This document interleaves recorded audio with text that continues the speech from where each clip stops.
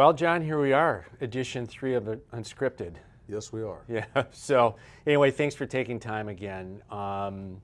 Before we start, I think, though, we want to kind of take care of a rumor that's been floating around out there this week, dealing with what happened with one of the flight managers on our jump seat. So I don't mess this up. I'm going to read exactly what we've heard from the line. This unnamed flight manager was on my flight this morning. He says we will definitely be in 4A2C by January or February, and will be for the foreseeable future. He says the 800 pilots are overmanned is truthful and accurate, more like 900 in January. Said the company and the union is trying to get rid of 4A2C because the conclusion is they really want to furlough 500 pilots. That is in agreement from both sides. Shocking to hear it from the horse's mouth. All right? So what's the status? What's the story on this, John? No, that's really unfortunate because that's not the case. We would never be in the business of advocating for the furlough of 500 of our members. So, it's, what do they say? It's a big operation. You got to expect a few losses. That's not accurate. That's not accurate. Okay, all right. Now, the part about being in C coming up, that's probably, there's some accuracy there, and we could talk about that. Yeah. So we think that there's possible manipulation in order to get that SAM to a number that forces us into 4A2BC? So I think the SAM, rather than an indicator of what the number of available pilot jobs or the health of the airline, I think it's transformed from being an indicator to a driver. I see. Is how it's being used right now. Okay, all right. All right, so that's kind of the admin portion of today. So how about you talk about this voluntary leave of absence, FCIF that hit the streets? Okay, sure. So we've had some updates about this. The contract requires both parties, when we're in 4A2B, to get together, and there's 5 components of 4A2B. That 4A2B and C were reworked in the 2015 contract. And if you go look at the roadshow highlights from ALPA in 2015, B was advertised as speed breaks, right? To slow the descent into C and a possible furlough. And among those, there were some trip trade restrictions and limiting the amount of carryover. And those weren't contentious. The other 2 were consideration of an early retirement, totally at the company's discretion, and the offer of a voluntary leave of absence. So they told us right off the bat, like we've mentioned multiple times, that they're not interested in doing an early retirement program. Okay. And they started out our meeting on November 12th with even though that's the second thing on the list, that's where they started with. So they're very clear about that. Makes no sense if you think about it from an economical sense. Makes a lot of sense if you're counting votes and trying to get to 51%. Okay. Right? So the other thing there's the voluntary leaves of absence. We met with them on November 12th outside of Section 6, and they asked us our thoughts. And I personally have some experience with this in that my wife is a retired flight attendant from American. She started with them in the 80s and was fairly senior when 9/11 happened. And so after 9/11, when the airlines were hurting, they offered really enhanced leaves of absence for long periods of time. Essentially, she was a full-up employee but wasn't working. She accrued sick and vacation. We had the passes, would have the medical if she needed it. Eventually, that stopped, and they reverted to more personal leaves of absence. And then when they merged with US Air, they were trying to cull some of the senior flight attendants off the top, so they came up with an early retirement package, and it said, well, you got to work 35 hours a month to stay employed and 42 hours a month to accrue sick and vacation. So those kind of leaves of absence are robust when you really need to get people off the payroll, right? Right. And which is what you would think you're doing. If they're saying, the numbers we've been told are like 730 is what we're too heavy right now, plus another 150 in January.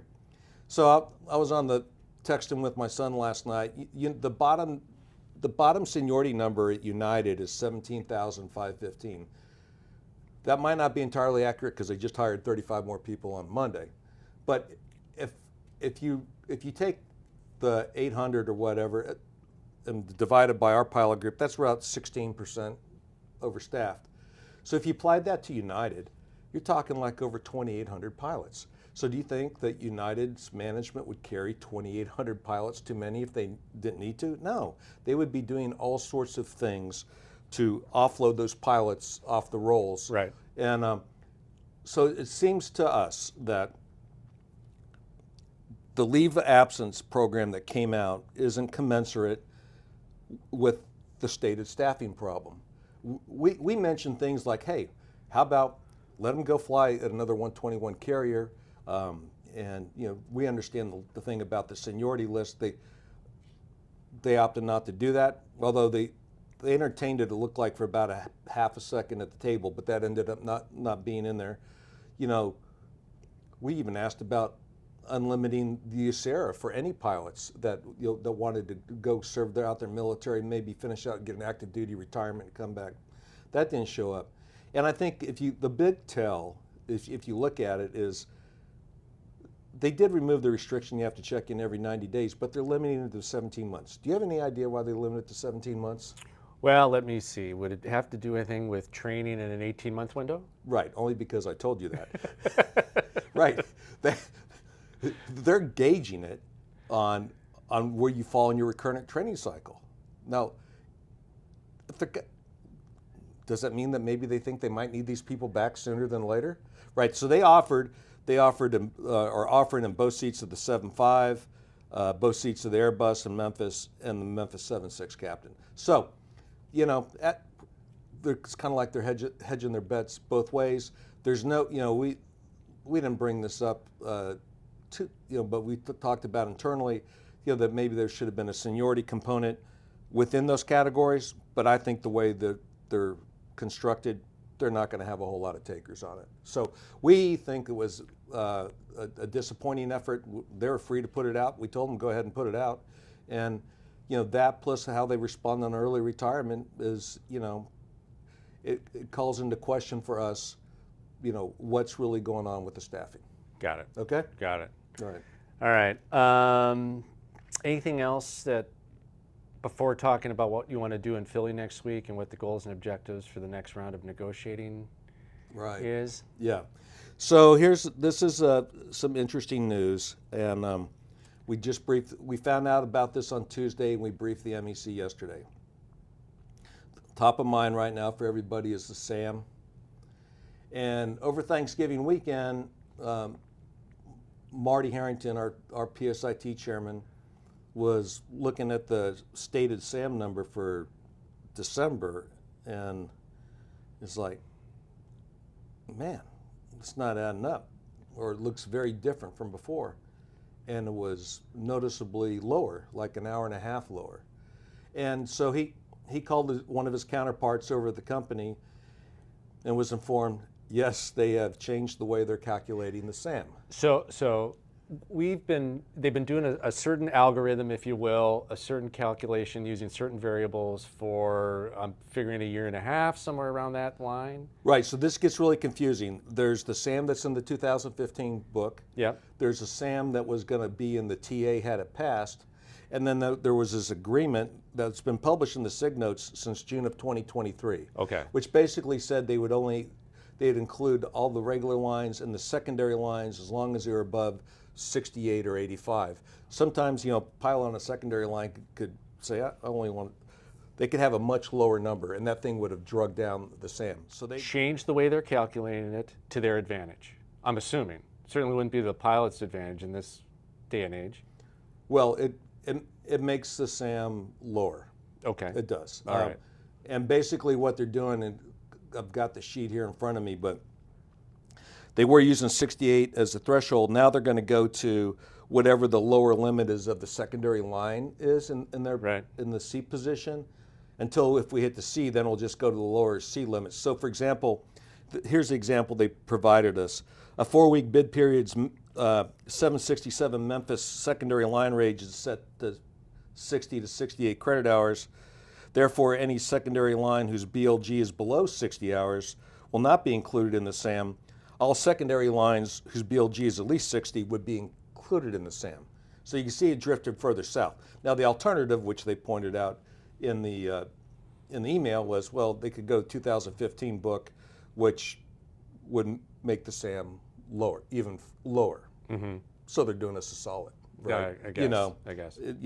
So goes back to what we were talking about earlier with what's going on with the staffing. I mean, people ask me, well, why would they do that? Well, to me, and to our committee, it's insurance, right? It's so there's no doubt that they're going to hit the mark that they want to hit going into C, right? Right.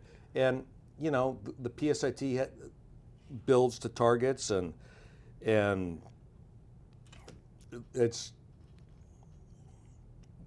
I think we're on a predetermined course into 482C. Okay. All right. On that note, what's Philly look like next week? So for us, the big thing we're presenting is on Wednesday the 11th. We're going to give our scope concept to them. Okay. I'll be doing the lead and talk on that, but Michael Winston, our attorney out of Manhattan, will be leading the charge on that, along with Art Luby and as the other attorney who's very well versed in scope and was not part of the scope negotiations here in 2023. He came in after that, but he's very aware of how cargo airline scope clauses work. He's had a lot of interaction in the past with the IPA. Okay. And so that's our big thing that we're presenting. I could tell you what's not going to be on the docket next week, which is unfortunate, is the company counter proposal for Section 28 retirement. Had they previously committed to providing that? No, they hadn't. But they've had our information for at least six weeks since Chicago. Right. And, it's not that hard to figure out what we're talking about, especially since, of the three options, one of them is already in the book. The second one, the market-based cash balance plan, was something that was in the previous TA. Of course, we did add the straight defined contribution option. The wrinkle, I'll go back one more time on the market-based cash balance thing, is, the TA was 11% of your compensation up to the IRS limit. That obviously would not work well in a suppressed BLG 482C thing. So that's why we came up with the flat dollar formula. But unfortunately, that's not on the docket, right? So we still haven't seen their retirement. We haven't seen their pay. They, after Wednesday, all of our stuff will be on the table. There's still some ancillary sections that we're working on. We're almost where we need to be in Section 8 on the deadheading. Mm-hmm. And I've said always that we'll be really transparent about what's going on at the table, right up till it hinders what could be the progress at the table. We think we're almost to where we need to be at 8. There's a sticking point, and I'll just say that there's some things that we just can't do, and that's what is related to that right now. We'll see how that. If it gets resolved next week, then I'll let you know we got a TA in 8, and if it doesn't, then I'll let you know why we don't have a TA in 8. Okay. Does it seem like they're slow rolling this whole process? Well, I think they're on a predetermined course into C, right? And so there's certainly that possibility that they are wanting the market time to go on, and what they might think is perceived leverage because they have us in C. Look, furloughs are nothing to joke about. I was furloughed. That's how I ended up here. And I would never wish a furlough on anybody. And it's really unfortunate that we're in this situation, but our pilots should know that we are going to aggressively and zealously advocate for them at the table. We're going to spend, let me go back to what you're asking next week. We're going to spend a lot of time on Tuesday drilling down on 482B and C, right? I mean, just this whole conversation we just had about the SAM recalculation, because, there's another reason, for it to come out of the contract. Right. Now, we're still trying to find another metric, and Paul Karg, who's ALPA's manager of the Economic Financial Analysis Unit, who's with us at the table, he's been working with us. We have some ideas. I don't know if they're going to get traction, but let me just go and say this. You were here in 2008 and 9. I was too. I had the great misfortune, or fortune, however you want to look at it. I was the negotiating chairman when we went into 482B, which is the equivalent of C, for the first time then. Right. During the great financial crisis. Let's set the table that this occurred Right. and was agreed to when maybe there was some financial softness in the corporation. Right. Okay. Not what's Not what's happening today. No, I just saw a news article yesterday where the outlook on the company by one investing firm was being raised. And so in 2008, if the tide was going out on the flying, the tide went out on the flying, and so there wasn't a whole lot of other flying going on, and revisions and churn and system chaos, for lack of a better word. Yes. And that's not what we're hearing about now with the darts and everything, right? The SAM's going down, but the revisions and extensions are through the roof. We get them all the time. We just got a plethora of them in, from senior pilots, people who are really senior in their seats, who bid around to be home for Thanksgiving. They got extended internationally 2, 3, 3.5 days, right through the Thanksgiving holiday. So what's going on now appears to be much different than what it was in 2008 and 9. So we're trying to find something that is a valid metric. And I don't know if we're going to be able to get there. Okay. But this is going to have to be resolved before we can get to some kind of a tentative agreement. Right. Okay, if I may, this is where we need to stand behind you, and I'm speaking as a member of the crew force and what it really means to be all in. What John needs at the table and what we need as an organization is the hard data about trip revisions. So what we want you guys to do is, if you have a material revision, be it extension into days off, if you got added lines, or added trips on your line, if your layovers are shortened, go and please fill out a DART. Now there'll be a link to the DART system below this on the YouTube channel. So take the time, let's put this into action, let's stand behind John, Tom, and Alan, and really provide the support they need during this negotiation period. Anything else, John? No. All right. Well, best of luck. Thank you. And hopefully we'll have a better week next week at the table. Certainly hope so. All right. Thank you. Thanks, Greg. Thank you.